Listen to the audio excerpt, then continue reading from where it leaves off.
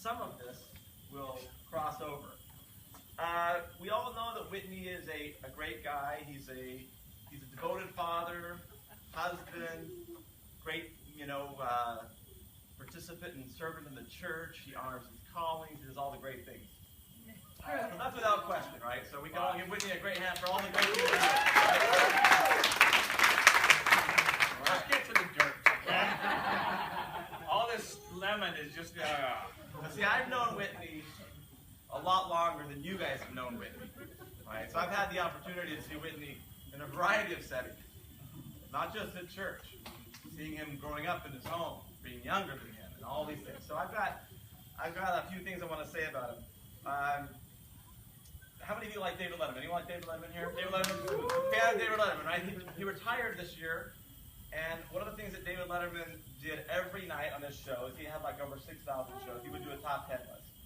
I've always loved the top 10 list, and every year I will make my own top 10 list of my favorite movies and send them out, and I like top 10 lists. So I have a top 10 list tonight.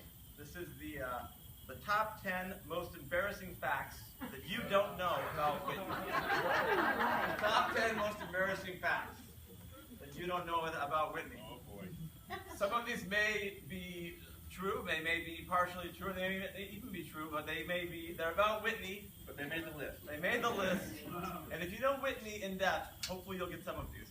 All right. I wish I had a drum roll to get us going. All right. I like it. Number 10. Number 10. After checking into Betty Ford Rehab Clinic to treat sugar addiction, Whitney flees when he realizes it's actually the Michelle Obama Center for Organic Gardening and Health.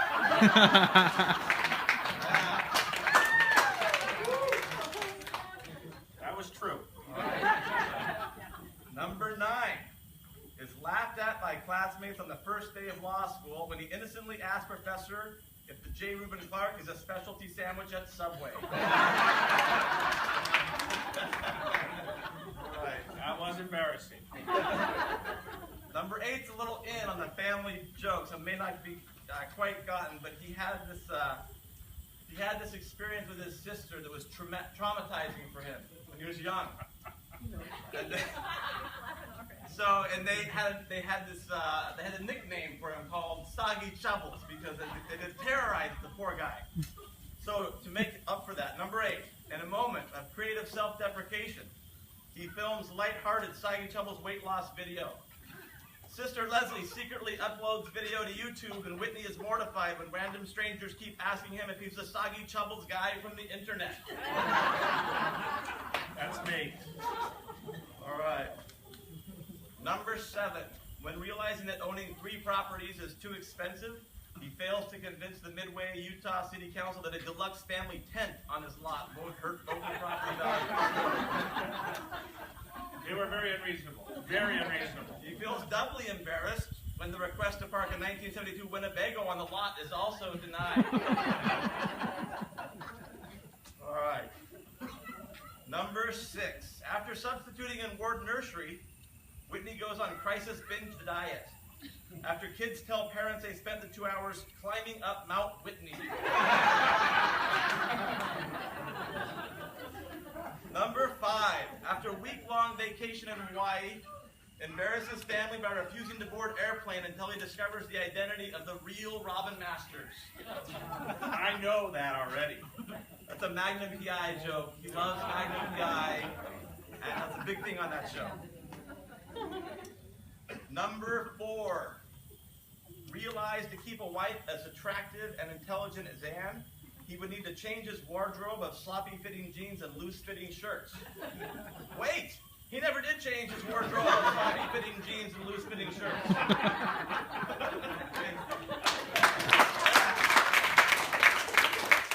All right.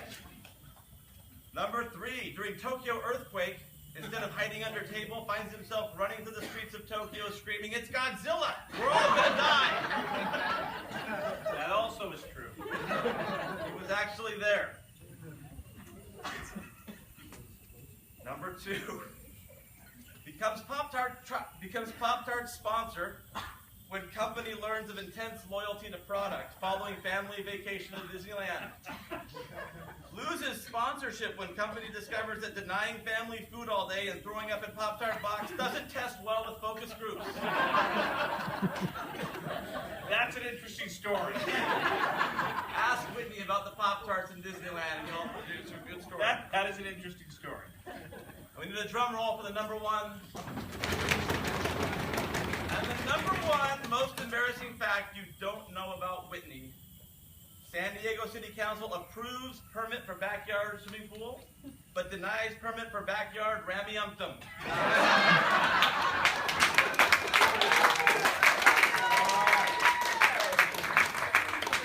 So, in honor for Whitney, we have a Mount Whitney magnet that he can place on his along with the list on his. Thank you, on Brennan. his fridge. Thank you. And we have a PF Chains gift certificate because he loves PF Chains. Here you go. Thank you. That was so nice. So let me, thank you. I love this. So let me just say something very sincere about Whitney.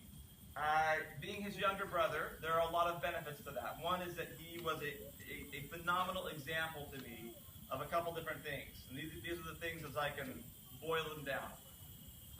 Number one is the value of hard work. I don't know of many people that work harder than this guy. He works hard at everything he does. Everything he's ever earned has come because of his devotion to just the work ethic. And I always admired that as a kid, looking up to him. He was the guy who was out there weeding the backyard and just doing it tirelessly and sweating in the backyard, and the rest of us were like moaning about not wanting to work.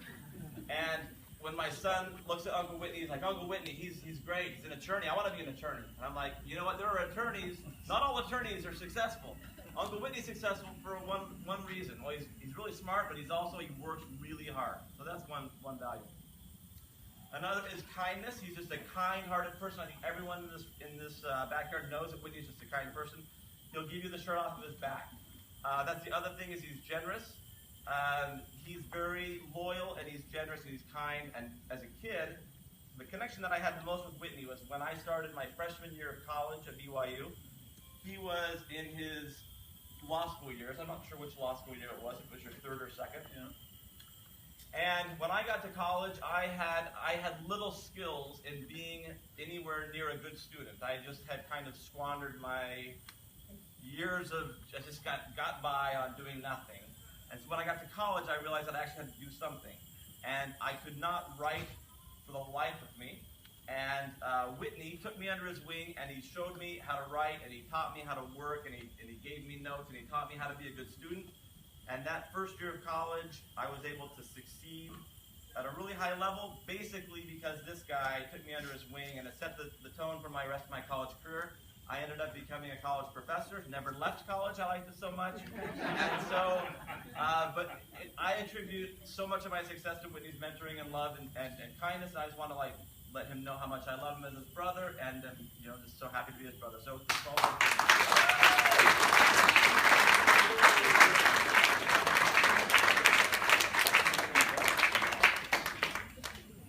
All right, obviously he's the creative one in the family.